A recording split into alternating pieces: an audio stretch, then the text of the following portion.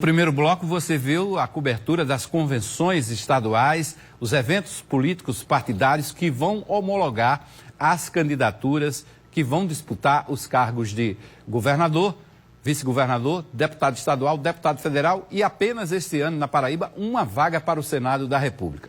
O presidente do Tribunal Regional Eleitoral, desembargador Leandro dos Santos, é o nosso entrevistado a partir de agora aqui no estúdio ao vivo.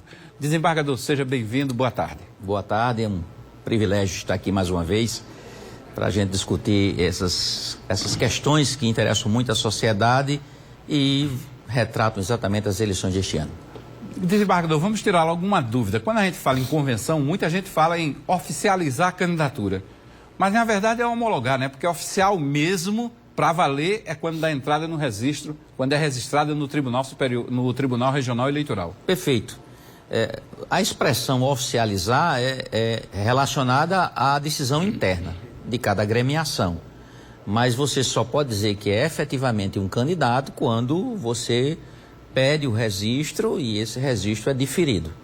Então tem essas distinções que são técnicas, mas importantes. Os partidos têm até o dia 14, não é isso? Para o registro oficial? Exatamente. O calendário eleitoral está aí, é uma cronologia, né? A cada dia tem uma data fatal. Nós vamos passar agora por esse momento de convenções, depois vem os registros das candidaturas, depois nós temos os prazos para as impugnações a essas candidaturas, os prazos que o TSE, depois que o TRE decidir a eleição no âmbito estadual, aí vem o prazo do TSE também examinar essas decisões dos TREs. E aí vai seguindo todos esses fatos, essas ocorrências, até que a gente chega a 2 de outubro. Ou seja, nós temos aí convenções que vão acontecer bem antes do prazo do dia 5 de agosto, que é o último prazo. Até lá, um outro partido, teoricamente, fizesse uma convenção e chamar para sua chapa majoritária um outro candidato de outro partido que já foi em convenção, isso pode, né? Porque não há registro, né? É verdade, né? Essas mudanças que ocorrem nessa fase, inclusive na reportagem que acabou de ser exibida, a gente viu referências aí, ainda não se definiu o candidato a vice, o candidato a senador. Então essas mutações, essas mudanças vão ocorrer até que oficialmente esses pedidos de registro cheguem ao TRE, que mesmo assim depois ainda tem aqueles casos de mudança, falecimento, desistência formal. Renúncia. Então isso é algo que vai... Nesses casos pode haver substituição, né? É verdade, é verdade. Isso faz parte desse fenômeno das discussões partidárias, os partidos vão seguindo nas campanhas, vão observando. Teve aí um determinado candidato que falou algo que também diz respeito à sua pergunta, que pode haver ainda mudanças relacionadas à inviabilidade de tal candidatura, aí desiste, substitui. Então, isso é um fenômeno natural do jogo político, desse período que antecede as eleições. Uma pergunta técnica, desembargador. Antigamente, nas eleições passadas, havia a possibilidade do candidato, por exemplo, um candidato impugnado entrava com um recurso, ia recorrendo. Na véspera da eleição é que saía a decisão que ele não poderia ser candidato. Aí não tinha mais tempo para substituir a foto dele na urna eletrônica. O eleitor ia votar em outro candidato, mas o que ia aparecer lá era a urna do que foi impedido de disputar. Isso continua valendo ou agora tem um prazo para essa substituição?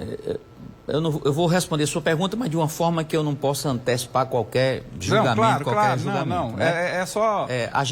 Esse fenômeno era um fenômeno que sempre ocorria, porque inclusive tinha aquela estratégia, que é uma estratégia normal do processo, que era você segurar a candidatura de alguém que fora considerado, por exemplo, inelegível, para que aquela imagem daquele candidato impugnado ainda permanecesse e com essa tentativa de ter um ganho, apesar daquele candidato não ir mais concorrer por força da inelegibilidade reconhecida.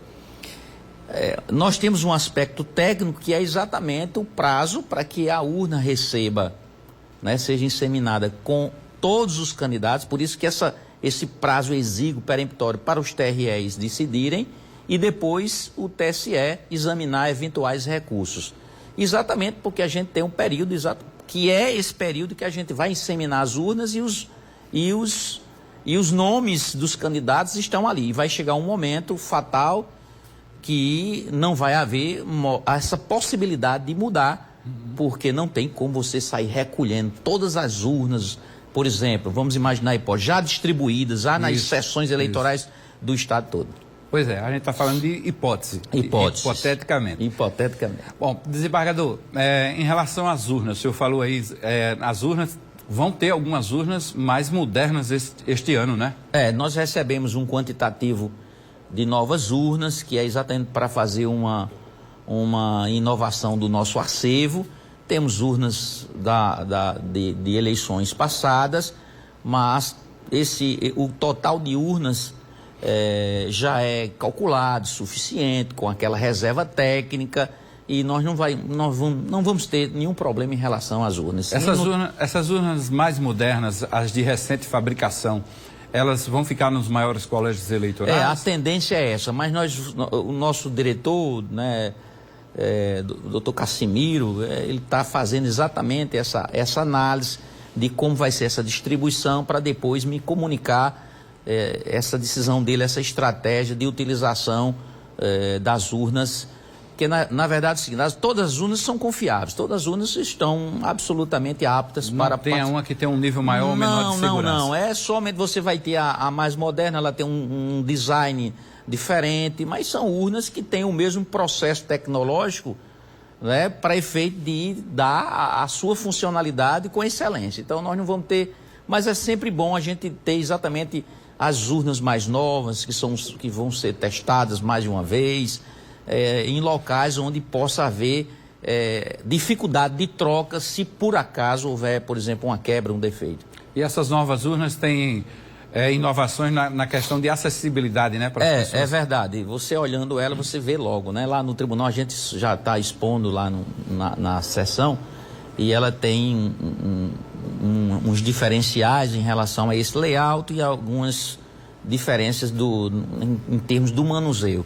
Mas é uma urna internamente, você não poderia ter a questão do software, da funcionalidade interna da urna, não poderia ser diferente, né? Então... E essa exposição, ela é aberta para o público? É aberta, qualquer pessoa. E a sua pergunta é muito importante para que eu possa dizer, se você, por acaso, tem curiosidade, você é um expert em tecnologia, você queria tirar uma dúvida, você queria olhar, vá lá. Nós estamos de portas abertas, é só marcar para não chegar na hora lá que está fechado, ou que não vai ter uma pessoa para lhe receber, para que ele possa então ver a urna. Olha como é essa urna, todas as explicações técnicas, você vai ter tudo na maior transparência. Ok, vamos fazer outra pausa.